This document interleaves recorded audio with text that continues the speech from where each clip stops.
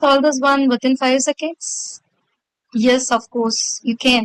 So, in the question oda structure பாருங்க. Structure பார்த்த உடனே உங்களால ஆன்சர் பண்ண முடியும். So, just இந்த 4.2 அப்படிங்கறத A ன்னு எடுத்துக்கோங்க. 1.9 Bங்கிற வேல்யூவா எடுத்துக்கோங்க. இப்போ A into A square minus B into B square divided by 4.2 ல இருந்து 1.9 மைனஸ் பண்ணா you will get 2.3 which means A minus B ஃபார்மட்ல இருக்கு and 6.1ங்கிறது A plus B. So அப்ப இந்த ஸ்ட்ரக்சர்ல தான் இந்த கொஸ்டின் இருக்கு. அப்ப A square minus B square எப்படி எக்ஸ்பேண்ட் பண்ண முடியும்? A plus B into A minus B. What is the value of A plus B? 6.1 into A minus B கான வேல்யூ என்னவா இருக்கு? இதுல இருந்து இதை மைனஸ் பண்ணீங்கன்னா 2.3 divided by 2.3 into 6.1.